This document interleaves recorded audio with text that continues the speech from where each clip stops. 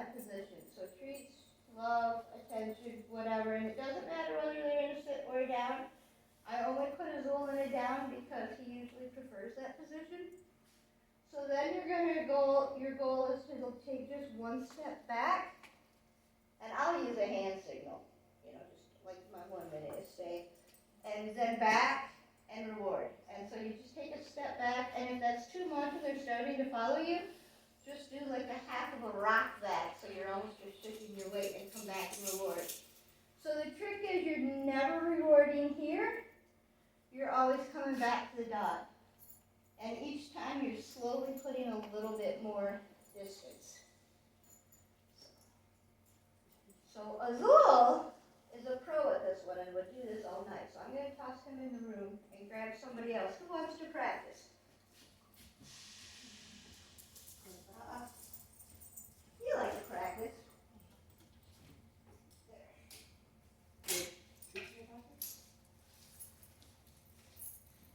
Pick up my chicken.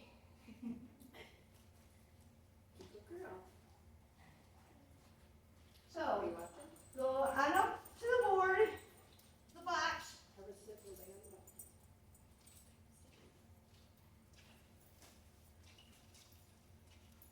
Any direction you want to face, just have her hop up there. You can use your hand targets to get out there if you want to.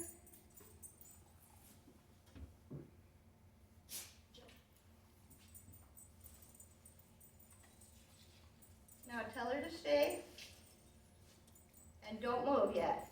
Just tell her to stay. Well, you can have her in a sit or a down, whichever you prefer. Give her a couple of treats for just staying there. Quiet. Thank you. Good boy, Zoe. Now tell her to stay and do just like a half a step backwards. And then go back to her and reward her. And do that a couple of times. She's watching me, so I'm going to back off.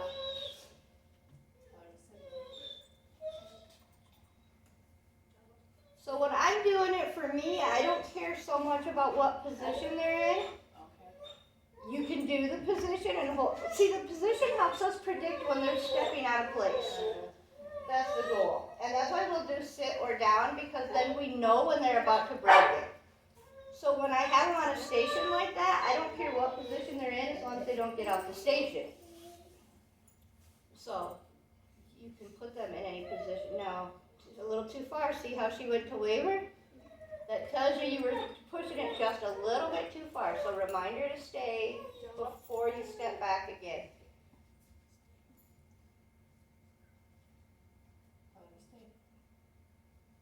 Stay, or at least do a hand signal for stay. And then step back and give her the treat. Use your word friendly to stay. Yeah. Words are hand signals. You don't have to use words if you're going to use hand signals, but you got to give her some kind of cue.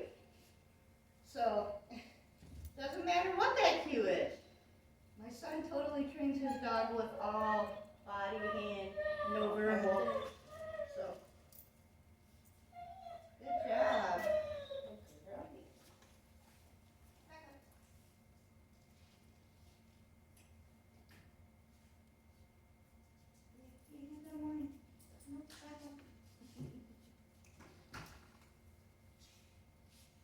And that's probably about all that she can handle, so do it one more time.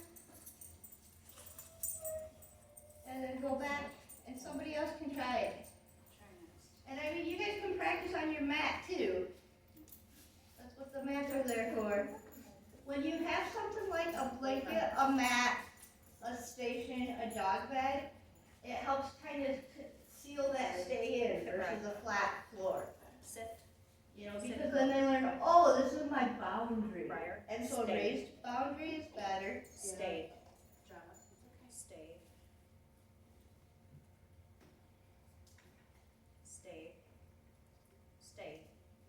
So watch your body language really closely. Go ahead and go back. That's good. So if you Stay. see her like, for Stay. her, she doesn't really move because she doesn't want to move, but like she almost starts to tremble just slightly.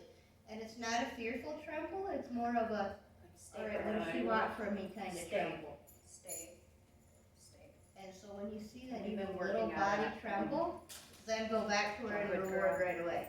Stay. Stay.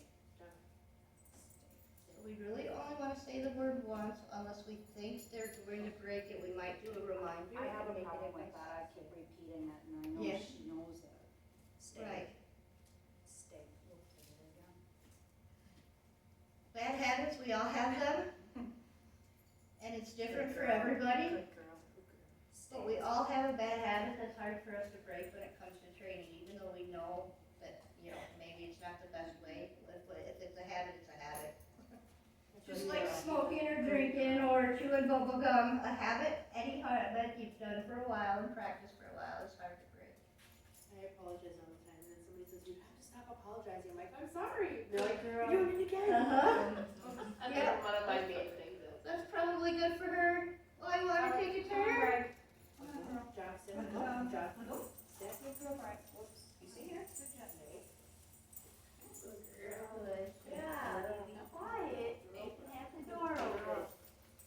You can't be quiet, you can't have the door open. John,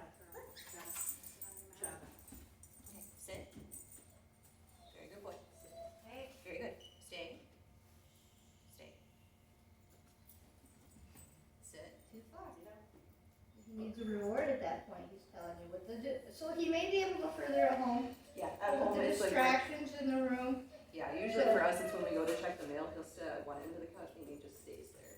Just stays and sits. So, watch body language, because if you think they're about to break it, rush back in and reward before they do, and that will greatly help them learn faster. Sit. Stay.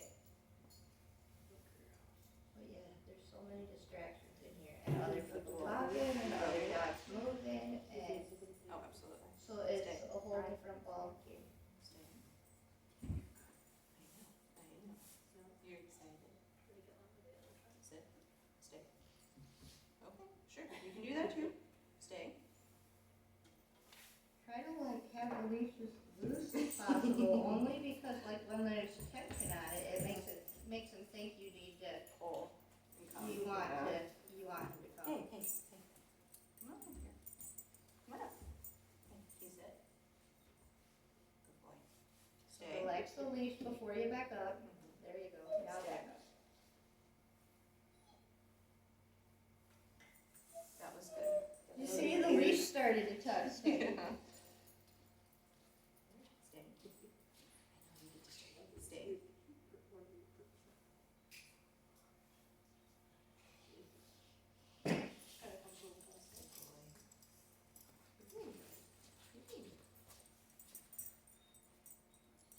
We do this because outside leash too.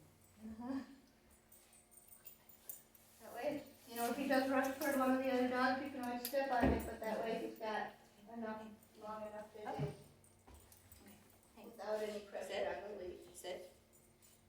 Stay. And I mean, at home we can do it Sit. off leash, totally, but in an environment like this, we don't want Stay. to be totally off leash. Yep. Sit. Close the door. Okay. Stay.